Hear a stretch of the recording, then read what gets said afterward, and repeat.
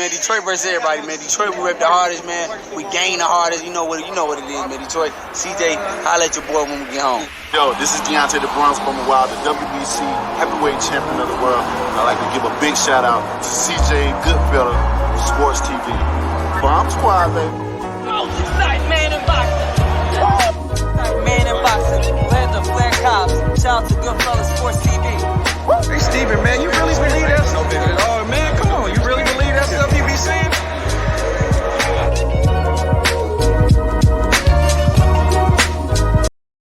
All right, man, let's get to this Crawford and Shawn Porter prediction video, man. Thumbs up the video, share the video, subscribe to the channel. If you like the prediction video, support the channel, man. Share it with somebody. You can financially donate. Cash App, CJ Good 313, Venmo, CJ Good 313, PayPal link description. Roll on the bottom screen in the description. The members will get this first as we build more members. I do live stream member chats too. So only members can comment. But let's get to it. Thumbs up the video, share the video, subscribe to the channel. You can find me on Twitter, Facebook, is out there, all that. So we here. Check out the fight reaction playlist. We covering the fight this weekend. We're going live later today. Okay, so start off with Shawn Porter. Shawn Porter sounded very confident, and most people think he sold the fight, but maybe Shawn Porter ready to get over the hump. Speak it to believe it to become it. My Tunji Ajayi voice. So maybe he ready to get over the hump, man, and he believing in it. You thought Danny Garcia got over the hump versus Danny Garcia and Dean Spence. A lot of people thought the knockdown was the difference or whatever it may be. He came up short nonetheless. So, most people thought that was Spence for Mikey Garcia. That's what made a lot of the welterweights brave enough to fight him. Who knows? Is that the truth? He had a 48% knockout ratio. Shawn Porter is 34 years old. You look, his last KO came versus Andre Berto, which was he dropped Berto in round 2. We dropped him 3 times, round 2, twice in 9. That was 2017, so over 4 years ago. And then before that was Eric Bone. So 4 years ago, he done that. He's 5'7", 69.5-inch arms. And he liked to pressure people. And you look at, all his opponents that he fought, the only counterpuncher that he fought were Dennis Ugas. A lot of people thought he lost that fight convincingly. I think Kell Brook had the best performance versus Shawn Porter, and he just kept it simple. Shawn Porter don't make adjustments. Shawn Porter try to make adjustments, and that's the great thing about Shawn Porter. He believe in his style. Him and Spence, they ain't switching shit up. They gonna make it work. You like, man, I ain't got my special ingredient to make this. Shit, you need to find something to make it work and make it taste good too and make it feel good. But his overall best performance against Paulie Malignaggi in 2014, where he stopped Paulie 4 rounds, that's easily his best performance, man. He lost to a Julio Diaz, or that draw Julio Diaz 2012. He was coming down to 147 too, so he made 47. Julio Diaz, they both made 47. Excuse me, they was there. So he fought Alfonso Gomez. He fought Ray Robinson early on. Ray only had 1 loss, got a decision.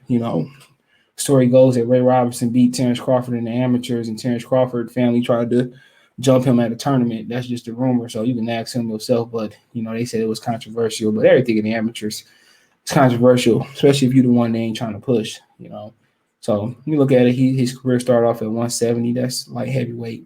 Technically, he was at 159, middleweight. Worked their way down to 54, back to 61, 53. Then they worked their way down to 47. His 47 debut was versus Hector Munzo. They just worked their way, up and down, back to 47. Julio Diaz, the first time, so Philip Greco. He fought them all as well, man. So, like I said before about Shawn, he gonna make that shit work. Whatever Shawn doing, Shawn gonna make it work. Shawn's gonna make that shit work, no matter what. I'm sorry, Shawn gonna make it work, man. He made people adjust. And he talk about Terence. You talk about Terence Crawford. You talk about a guy that's 37 fights, 0 losses, 28 knockouts, and 75% knockout ratio. He on the 5. Was it a 5 knockout streak? Shit, hold on. So look here, 1, 2, 3, 4, 5, 6, 7, 8, 8 knockout streak. Last time somebody made it to the final bell versus him, it was Victor Postal in 2016. So he really ain't fought since all 21. So the streak is a little bit deceiving, but let alone what I just said was, shit, I'll be forgetting.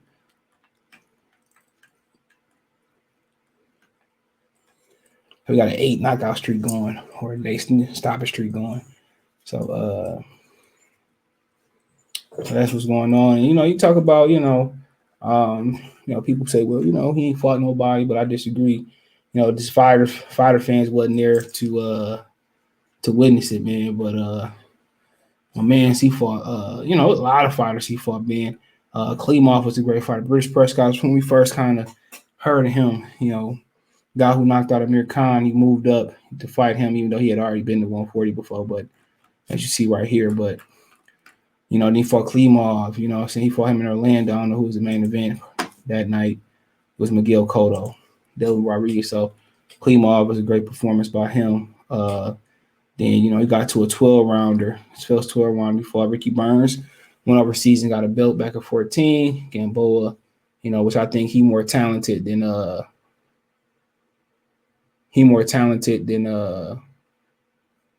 Shawn Porter, is my opinion. But Beltran Tub Delorme had one loss. Derry John Hank Lundy fight was personal. Victor Postal was undefeated, took his O. Felix Diaz, John Molina, good fights. Good fighters, man. Had he fought somebody like Shawn Porter? Absolutely not. Who here? Jeff Horn had to be the closest comparison. Somebody that applies pressure and just don't know how to do nothing else.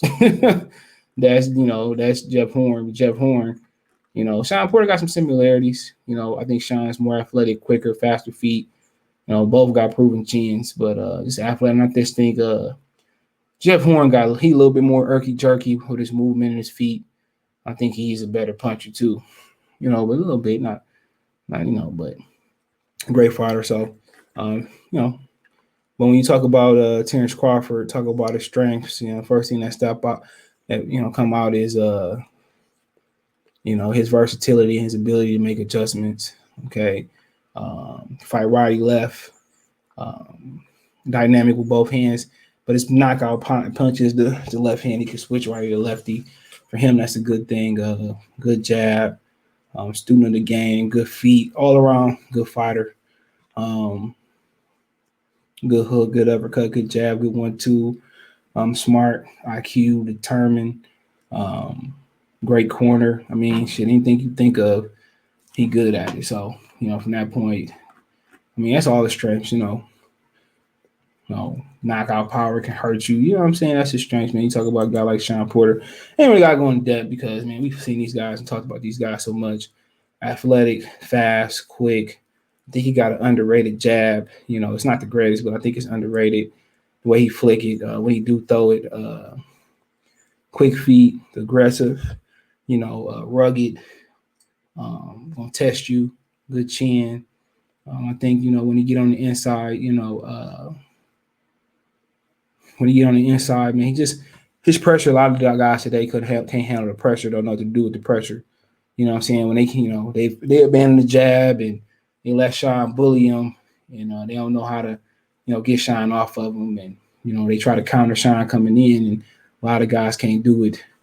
You know what I'm saying? Even Spence had some problems with him, but hard to create space versus Shawn. And athletic, fast, chin, speed, good feet, aggressive pressure, all that stuff. You talk about Shawn Porter weaknesses, and you talk about his power. His feet and hands, there's a disconnect. The telephone line, ain't there for the feet and hand. He's so quick, you know what I'm saying?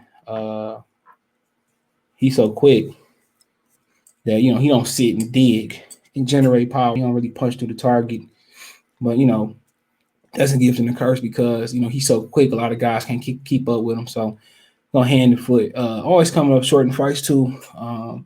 He always coming up short other than like Danny Garcia, a few other guys, And I think a lot of that is due to his style. It's not judge friendly or fan friendly, And I think that's a huge issue there, man, that he make fights ugly. you know, and I think, you know, with him making it ugly and not, you know, creating that space for his punches, he don't get credit for what he land clean. And it's another thing, he smothers punches. You know what I'm saying? You know, that's one of the reasons that he don't get leverage on the shots. He smothered the punches, and then, you know, there is no plan B. You know what I'm saying? And, you know, Kenny had him change. According to Kenny, he said he had him change the game plan going into the Ugas fight, you know, as the ring walked. You know, they decided to box for whatever reason. He changed it in the 23rd and a half hour. But like I said, it seemed not to be no plan B for the majority of his career. It's either that he going to run into, like, he versus Kell Brook, he kept running into the same shots, and I feel that, I say people don't like it, I said I feel that Kell Brook could have stopped him. You know what I'm saying? And I just think, if, you know, if Kell Brook was in Sheffield, he was talking nothing about Pez and none of their home crowd. I just think he played it safe in America, hoping to get a decision. He didn't want to risk getting knocked down on some fluke shit. So Kell Brook, he was running to everything Kell Brook threw. If he threw he probably threw a hard 1-2, and Kell Brook was clinching. You know, that's what you got to do. Kell Brook laid the blueprint. Just Keith Thurman, a lot of guys, you know, didn't want to do it. Keith Thurman don't like throwing straight shots. Kell Brook laid the blueprint, 1-2 hold, and then he would keep him off balance. He'd throw 1-2 right hook, you know, hold. He'll throw a 1-2 uppercut, or he'll throw a 1 uppercut or a left hook, you know. So he had enough variety to mix it up. The only thing that Kell Brook didn't do, Kell Brook should have stepped off the way, stepped over, then random combinations. Or he should have just went 3, 4, 5, 6, 7, 8, 9, 10. Probably would have stopped Shawn, in my opinion. Shawn was running into shots that he couldn't see.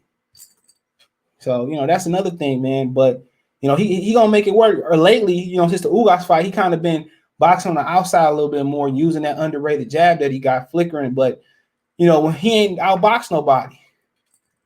You know, he didn't outbox Ugas. You know, he won, but a lot of people felt that he didn't win. You know, but on the outside, I think he's a better fighter. And if he could find some way to be like Pacquiao, where he could be on the outside, use lateral movement, and jump in with left and right, overhand lefts and right, I think that's part of the key when you're talking about Terence Bud Crawford. Okay, you talking about a guy who got some weaknesses. No fighter's indestructible, and I'm not going to limit him. And also, I put we did some film study a couple weeks ago. I put my opinion back then, but you know, a lot of times with Terence Crawford, he's subjective to overhand lefts and rights. You look at the Felix Diaz fight. Diaz, even though they was desperate lefts, overhand lefts and rights, he was fading, but you know, he hit Crawford with overhand lefts and rights, and you know, that's a punch that that'd get a lot of fighters. So, you know, that should be in Shawn repertoire, throwing overhand lefts and rights, and you know, throwing multiple punches. You know, that's one thing. You know, Crawford is offensive. You know, when you're an offensive fighter, you're gonna give up some defense. That's just the way it is. You know, you throw punches, you know, you're gonna get hit, and you gotta be willing to get hit to be an offensive fighter. And you know, Pernell Whitaker threw a lot of punches for a defensive fighter, and you know, he hit the canvas a couple times, and then don't stop him from being a great defensive fighter. But you know, he liked to go tit for tat. You know what I'm saying? And you know, sometimes, you know, he go in there and do what he want to do. That was nothing. He liked to go tit for tat. He hit you, he got to hit you back, and that can get him in trouble sometimes too. But I've seen times where he is disciplined, like the Victor Poster fight, when all the chips on the ground. You know, he is this. One thing I want to say about his strengths and weaknesses, his strengths was that he could generate power without planning fully, and that's special. But you know, like I said, sometimes he could be a little bit indisciplined, do what he want to do, like the Cav Velasquez fight. I'm pretty sure Bomac and them wanted him to stick and move and then take him out late, and he chose to go straight forward and make it a fun fight and to be fan friendly. But you know, like I said before, I think part of that was he didn't take Mean Machine or Ingus Kavalauskas. He got to put some respect on his name because he fought tough. That he didn't take him serious, and you know, like I said before, sometimes he get emotional in the ring, and I've seen him check his emotions, but sometimes they go with tit for tat. Sometimes he just got that fire where he got to hit you back, and you know, we know with certain guys and certain punches that can get you in trouble. You know what I'm saying? So you can't just go tit for tat with everybody, but you know, that's something with him, and also he's a slow starter. You know what I'm saying? He started fast versus Amir Khan, but you know, it take a while. And Shawn Porter, best opportunity is the first 4, 5, 6 rounds before he make that adjustment. Sometimes you see with Kell Brook, he had to make the adjustment to figure out Kell Brook, and it took him a couple rounds to figure out Kell Brook. But once he figured out Kell Brook, you know, it was in the 4th round. Once he figured out Kell Brook, you know, he figured him out. So yeah, you know, some things, you know, You know, and also most people think when he goes southpaw, he more hittable. So, you know, that come with the territory and come with the territory, man. So I'm trying to think of some things, man. Uh, Pretty much, man. Just things. You know, when you offensively gonna hit, you go tit for tat, you're gonna get hit. You got hit, might get hit again. Kind of emotional sometimes. And then in discipline, man. Sometimes he just ain't disciplined, bro. You know, and I think he feel comfortable, and I think, you know, when he feel comfortable, he overconfident. You know, he gonna do what he want to do because he don't feel like he can be touched. So other than some of that thing, you know, when he fights somebody like Spence, man, I think, or somebody like Shawn, or whoever he feel that's a threat, I think he gonna be. I just seen it versus Postal. He can literally turn it on and turn it off when he want to be disciplined. You know, when he want to go in there and don't get hit, he not gonna get hit. You know, so it's up to him. You know, it's up to him when and when he don't want to get hit. Honestly. So honestly, that's up to him. But when you talk about a game plan for him, we go to Shawn Porter. We talk about a game plan. We talk about a game plan for Shawn Porter. With, you know, my game plan is simple, bro. You know, you ain't beat Terence Crawford without a jab, or you ain't, you know, being competitive with Terence Crawford without a jab. You know what I'm saying? And Kell Brook showed that. You got to have a jab. You got to have a jab, man. And he got to bring a jab. So thing about Shawn Porter is, sometimes another thing about his weaknesses, and when he come forward, he's very open. Whatever hand he punching for when he jump in, the backhand or the hand he not punching with, it drops. You know, he'd dip his head. He kind of tuck his chin, but he's open. A lot of guys, when he jump forward, they go into they go straight back or chin fly straight up, or, you know, they not looking to make a boxing move. They anticipating the contact, and they trying to reset them. They trying to grab them, reset them, get them off of them, keep them at the end of their shots.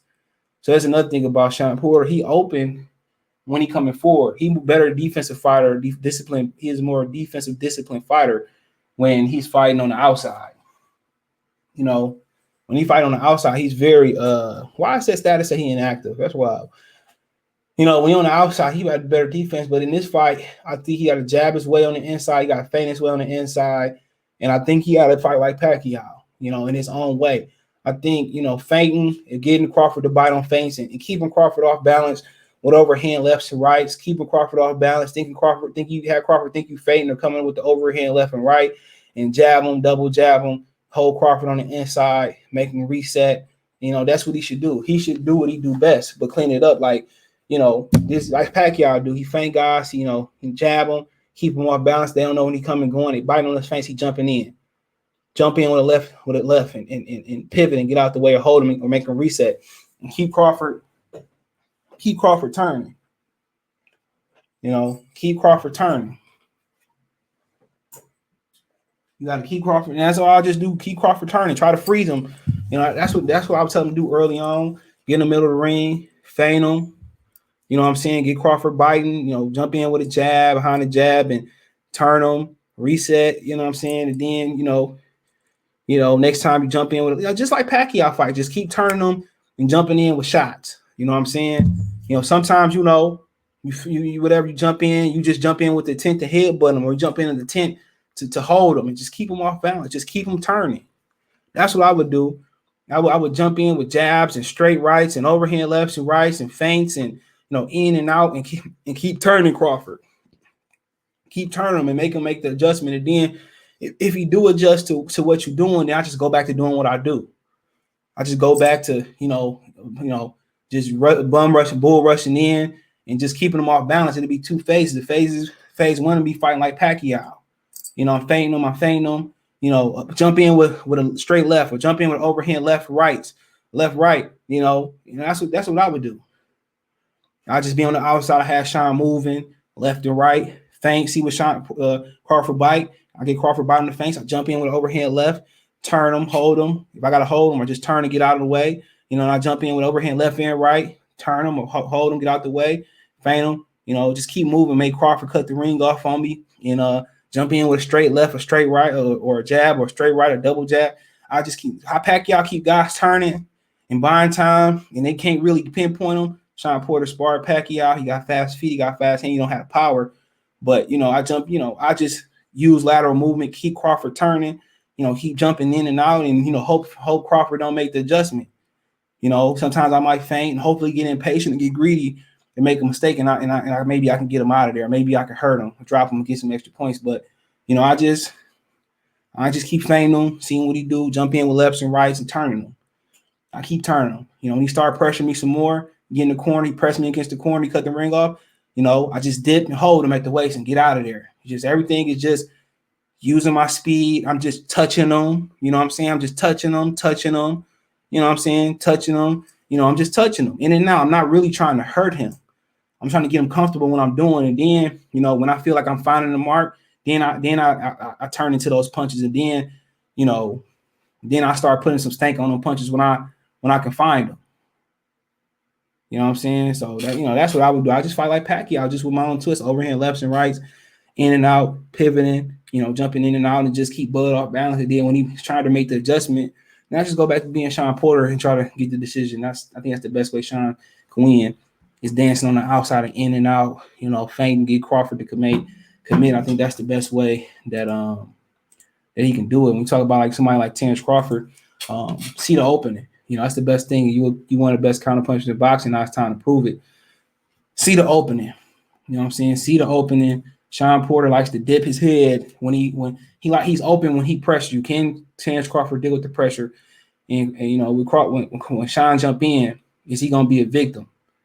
Can he do what he did versus Jeff Horn and take away Shawn's ability to be on the inside? If he makes Shawn an outside one-dimensional fighter, then chances is he probably can knock him out.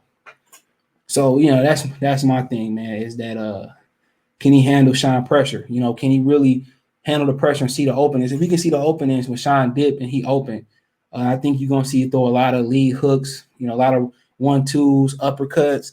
I think he's gonna see a check hook here and there, because when Shawn attacks on the front foot, he has a tendency to dip. He tucks his chin, but he punches with, let's say he throw a left overhand left. His right hand is dropping. So once you see what Shawn punching, well, let's say Shawn come with a left hook and Crawford is orthodox. All Crawford got to do, if he can get the distance and timing, that's an adjustment, is throw a quick left hook and pivot out the way. Kind of like what Mayweather did with Ricky Hatton. That's there. He's dropping his hands. Quick 1-2. It's all about how Crawford did with the pressure. If Crawford can see the openings and handle Shawn Porter pressure, I think the fight going to be over with him holding his hand up or quickly, honestly. If he can't deal with Shawn Porter's headbutts, he can't deal with Shawn Porter's ruggedness. When we told Andre Berto, like, man, I wouldn't fight Shawn either. Shawn was after the Ward and Kovalev's second fight. He was saying how Shawn was reckless, and Terence saying I don't want to fight that neither. But so if he can handle that pressure, bro, that's gonna be it. But his number one thing is, can he expose the holes in Shawn Porter's arsenal attack? If Shawn Porter come with that same attack, is he really the counter puncher we think he is? Can he handle Shawn's speed, his welterweight strength, his foot speed, his hand speed, his corner's IQ, Shawn's IQ? So that's the question. Can Crawford pass the test? And the only thing I think Crawford got to do, and it's hard, I don't want to make it seem easy, is can he handle Shawn Porter pressure? Is he the counter puncher we think he is? Can he make adjustments at this welterweight division versus, some people consider upper echelon welterweight and Shawn Porter, and that's the $1 million question. So that's it. I ain't gonna get into jabs, too many left hooks. It's just, can he deal with Shawn Porter athleticism, pressure, and his openings? If he can answer those questions, man, it's gonna be over quickly. So I thought long and hard about this, man. I'm gonna go ahead and say Bud knockout streak in. I changed my opinion.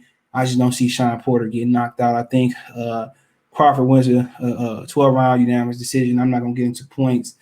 People saying he might get robbed because it's the last fight on Top Rank. So things to look out for. I think Terence Crawford wins a unanimous decision.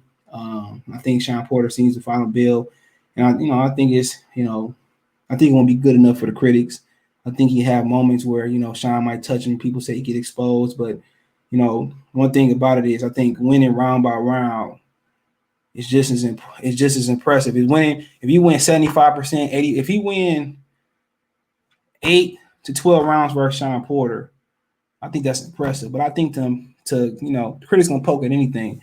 If he win the majority round, I think it's just as impressive. If he shut him out, it's just impressive as a knockout. But I'm not sure he's gonna knock out Shawn Porter. So I mean, we'll see if he do, and we'll move on to the next level. So, like, Bud, unanimous decision. I think Shawn Porter have his moments. Let me know what you guys think in the comment section.